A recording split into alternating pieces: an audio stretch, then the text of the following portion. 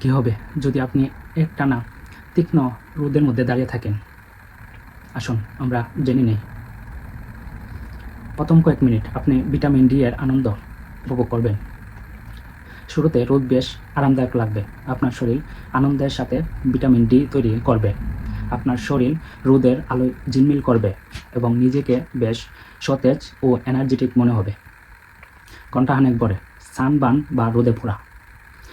এবার সূর্যের অতিবেগুনি রশ্মি বা ইউভি রশ্মি আসল রূপ দেখাবে।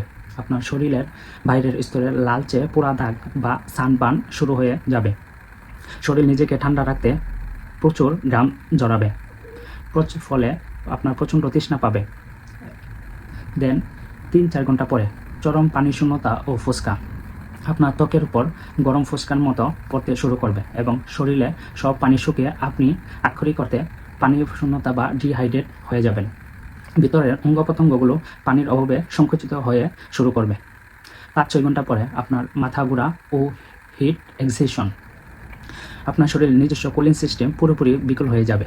মস্তিষ্ক একটি ইঞ্জিন হিটের মতো ওভারহিট হয়ে পড়তে শুরু করবে।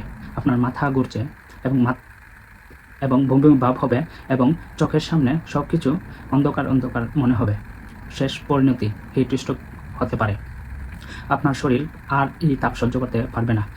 এটি হলো চূড়ান্ত হিট স্ট্রোকের চূড়ান্ত পর্যায়। আপনার শরীরের ইঞ্জিন পুরোপুরি সিস্ট করে। তাই প্রচণ্ড গরমে বা রৌদ্রে বের হলে